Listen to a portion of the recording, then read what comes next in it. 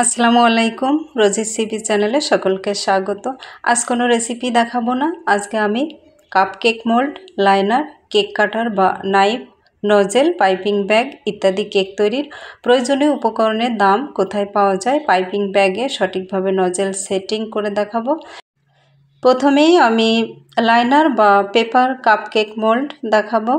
এই লাইনারগুলো ছোট বড় সাইজের হয়ে থাকে। এখানে আমি 25 পিস করে 2টা কালারের লাইনার নিয়েছি। 25 পিস 20 টাকা নিয়েছে, তবে দাম কিছুটা কম বেশিও হতে পারে।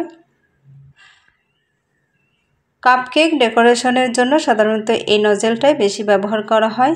খুচরা এক এক ডিজাইন 1 পিস করে কিনলে এর প্রতি পিসের দাম পড়বে 60 থেকে 70 টাকা। পাইপিং ব্যাগে সঠিকভাবে নজেল কিভাবে সেট করতে হয় সেটাও ভিডিও শেষে দেখিয়ে দেব। নজেল সেট এবং ক্রিম দিয়ে ডেকোরেশন করার জন্য এই পাইপিং ব্যাগগুলো ব্যবহার করা হয়। প্রতি পিস পাইপিং ব্যাগের দাম 5 টাকা করে, তবে বেশি কিনলে কিছুটা কম দামে পাওয়া যায়। এখন দেখাবো কেক কাটার বা ছুরি। এটা দেখুন কিছুটা করাতের মতো খাস কাটা থাকে। কেক কাটার এই নাইফটির দাম নিয়েছে 220 টাকা। যেগুলোতে কাঠের হাতল দেওয়া থাকে সেগুলোর দাম সামান্য কিছুটা বেশি। 6 পিসের এই কাপকেক মোল্ডের দাম নিয়েছে 150 টাকা।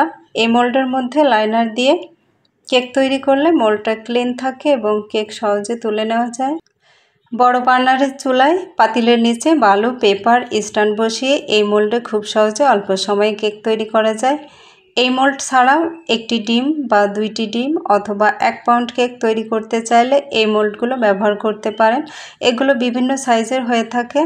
এটা 6 ইঞ্চি সাইজের একটি মোল্ড। এতে ঢাকনা দেওয়া রয়েছে, চাইলে পুডিংও তৈরি করতে পারেন।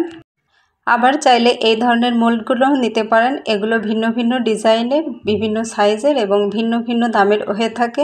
এই কাপকেক মোল্ডের দাম প্রতি পিস সাইজ অনুযায়ী 15 থেকে 25 টাকার মধ্যে পেয়ে যাবেন। আমি এগুলো প্রতি পিস 15 টাকা করে কিনেছি। এখন বলি এগুলো কোথায় পাবেন। যেখানে বেকারি আইটেমগুলো কিনতে পাওয়া যায় এবং বড় ক্রোকারিজের দোকানে কেক তৈরির A to Z জিনিসপত্র পেয়ে যাবেন। এবার দেখাবো পাইপিং ব্যাগে নজেল কিভাবে সঠিকভাবে সেট করতে হয়। প্রথমে নজেলটা পাইপিং ব্যাগের ভেতরে ঢুকিয়ে মাপটা নিয়ে নেব। হাত দিয়ে হালকা চেপে যতটুকু প্রবেশ করানো যায় ততটুকু প্রবেশ করিয়ে নেব। এখন নজেলের মাথার দিকে যতটুকুতে ডিজাইনটা রয়েছে তার কিছুটা উপরে মার্কিং করে নেব। আমি একটি কালার পেন দিয়ে মার্কটা করে নিয়েছি। এখন নজেলটা বের করে নেব। মার্কিং বরাবর হালকা বাঁকা করে কেটে নেব। এখন নজেলটা ঢুকিয়ে দেখব ঠিক আছে কিনা। দেখুন অনেক টাইটভাবে আটকে গিয়েছে, অর্থাৎ সুন্দরভাবে এটা সেট হয়ে গিয়েছে। একটু বাঁকা করে কেটে নিলে এমনভাবে সেট হয়ে যাবে। এখন পাইপিং ব্যাগে সহজে ক্রিমটা নিয়ে নেওয়ার জন্য পাইপিং ব্যাগটাকে একটা গ্লাসের মধ্যে নিয়ে নিতে হবে, তাহলে সহজেই ক্রিম এর মধ্যে নিয়ে নেওয়া যাবে। আশা করি দেখে বুঝতে পারছেন কিভাবে কাজটা করতে হবে। চুলায় বেক করার জন্য আমি কোন ধরনের পাতিল ব্যবহার করি সেটা নিয়ে খুব তাড়াতাড়ি একটা ভিডিও করব ইনশাআল্লাহ।